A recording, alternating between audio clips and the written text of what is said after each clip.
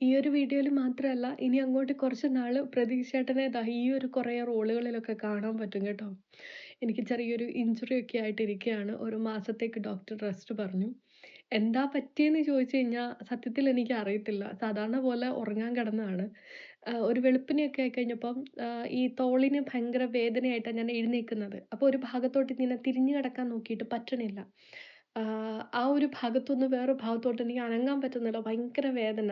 എന്തോ ഇങ്ങനെ ഒന്ന് മിസ്പ്ലേസ് ചെയ്യുന്ന പോലത്തെ ഒരു ഫീലൊക്കെ വന്നു. ഞാൻ വിചാരിച്ചു ഷോൾഡർ വല്ലോം ഡിസ്ലൊക്കേറ്റ് ചെയ്ത് പോയതാണോ എന്നൊക്കെ വിചാരിച്ചു പോയി. അതേപോലെ പെയിൻ ഷോൾഡറിൽ നിന്ന് ഇങ്ങനെ ഒറിജിനേറ്റ് ചെയ്തിട്ട് അതിങ്ങനെ ഇടത്തെ കൈയിലോട്ടും, കഴുത്തിലോട്ടും, ചെവിയുടെ ബാക്കിലും, തലയുടെ ഉച്ചിയിലോട്ടും ഒക്കെ ഇങ്ങനെ അങ്ങ് റേഡിയേറ്റ് ചെയ്ത് പോണു.